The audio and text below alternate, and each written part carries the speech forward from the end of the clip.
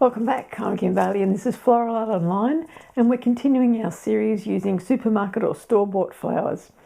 And this video is about a week delayed from when I would like to have gone out because I had a silly accident, got the bandage to prove it, but all on the mend now, so ready to help you look at how you can use some supermarket flowers.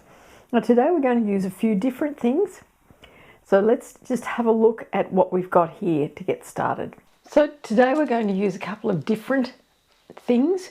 I've had a lot of feedback from the videos and some of you would like to use displays that could be left in place and then just the flowers changed. So today I'm going to show you what to do with a stand. Now this is, you can see the black base. It actually came from a homeware store.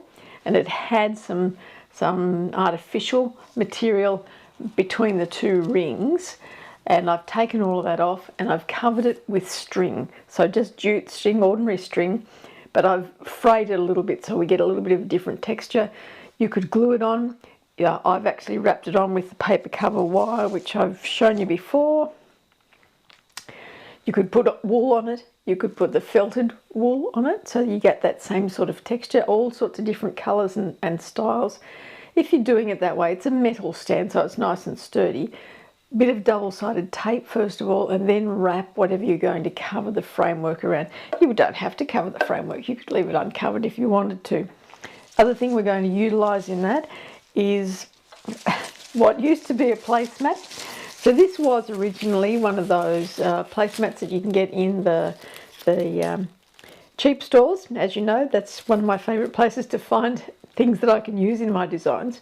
So this was a round placemat, and I've actually deconstructed it somewhat, and I've used it in a couple of different designs. You might have seen in one of the other series where I've used it as a hanging design. I've used it as a spiral around a log for a particular competition, so lots of uses. Once you've got them, you know, they come in a set of 4, so you've got plenty to play with and work out how you want to use them, but you've always got that material. So that's dried plant material. It's going to match the covering that I've put on to the frame, and I think I glossed over the fact that on the base there is a little bit of hessian as well. And for the water source for the plant material, we're going to use vials. Now I've talked about vials before. You can get them from florist supply places. Sometimes some of the craft stores will have them as well. Increasingly we seem to see that there's craft stores around that have got them.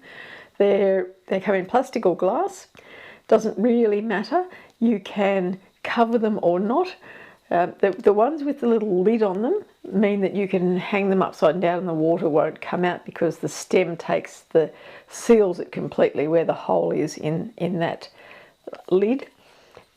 This is a large one, as you can see. I've covered it with tape previously. But if you're going to cover these with anything, I would suggest that you put masking tape on it first of all, which is what this is, and then anything will stick to it because it's basically paper base. But if you try and stick things to the plastic, you're not going to have a whole lot of success. So trial and error has led me to recommend that you put the masking tape on first before you cover it with anything else. So that's what we're going to use today for our water source. So, and a little bit of paper covered wire to tie the vial on, but I'll talk about that as I do the design. So let us get started.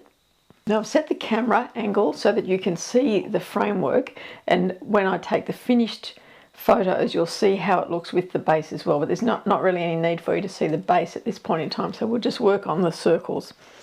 First of all, what I want to do is think about where I'm going to place the plant material, the flowers in fact, because what I have, which I didn't show you earlier, is a bunch of lilies. So even though there's only 3 stems in this bunch, there's lots of flowers, so we're going to get 2 different designs out of this one bunch of flowers. What I'll probably do here is use one open and a couple of closed ones. We like to have an odd number just for visual balance. So we'll select those, but what that means is that I can either have one vial or 2. I can have one vial that's got the the fully opened flower, and then another violet's got the buds in it. And because they're quite thick stems, I'm going to take the lid off. I'm not using it upside down, so I don't need the lid on at this point in time. I'm not going to cover these because I want to be able to use that placemat to camouflage them in some way. I could cover them with hessian and they would sit in the design really nicely. So what I'm going to do is, I put a couple of ties on here earlier just to mark the spots where I wanted to put them.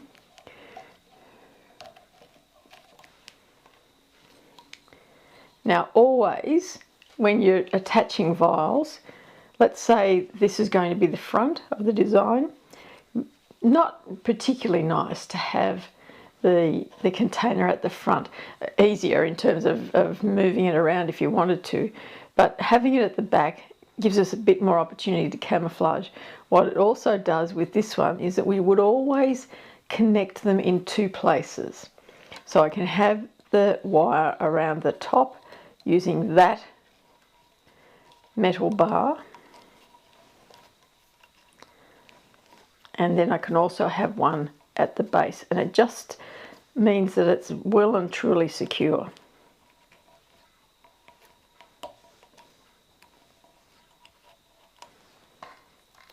And won't move with the weight of the water and then the weight of the plant material.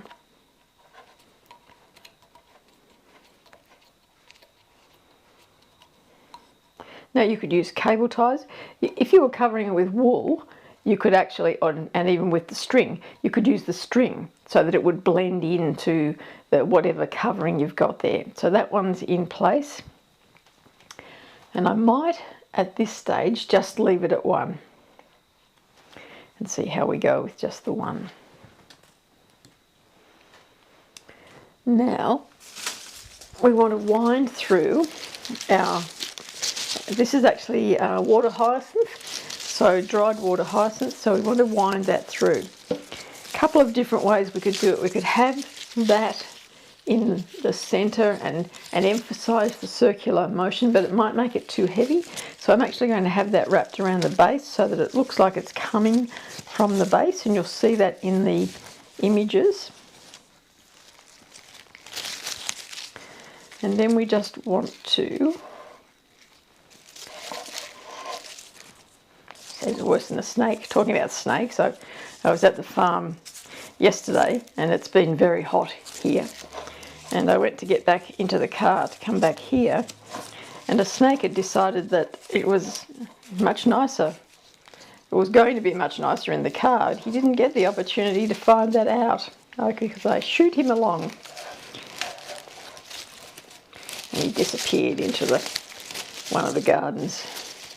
So then I had to go back into the house and tell the others that there was we euphemistically call them moving pipes. So I said there's a moving pipe out there with a red belly. Just be careful next time you go out into the garden. Now I shall wind this through, and you don't need to hear me talking, so you'll see it happening in sped up time.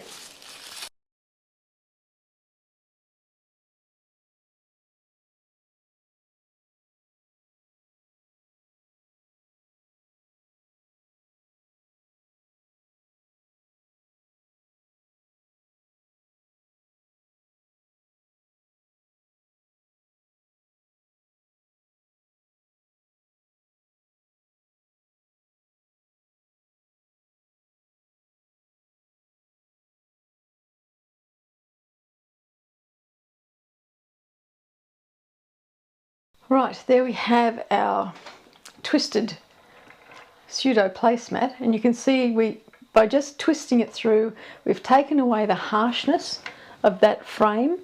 We've still continued on with the feeling of a little bit of movement, and we've got the plant material there. I'm going to place the couple of the flowers, and we'll see whether we need some extras. So let's just get that open. So we can place this one just here. Make sure that we've got it facing away. Now you will realise that the design is actually facing me at the moment, so that I can see what I'm doing. But I will turn it around so you can see it, and just to give the design a little bit of depth. So that's that first placement. Now you'll notice what I've done is I've placed this vial at the front, and I've done that for a reason, because I'm going to cover it up with something else shortly, but that's going to have our couple of buds in it, and they're going to go really easily into that, but facing two different ways, and that way it continues the line of that first placement, giving it some interest. They're not quite at the same level. I probably need them to be the other way around, so that the one at the front is lower, so that your eye looks down to it and then goes back up into the design that way. So I will turn it around in a minute and have a play with it if I'm not happy with it. But that's basically all you need to do, and that's used one flower off one stem and two buds off one stem, so there's still plenty more to use. I'll grab the rest of what's left, so there's still a stack of stuff to use.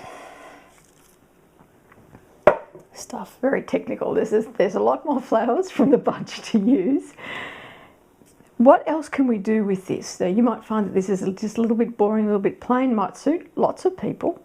But the idea of it is that you can take those vials off, wash them out, put them back on those same spots, put them in a different spot, and put other flowers in.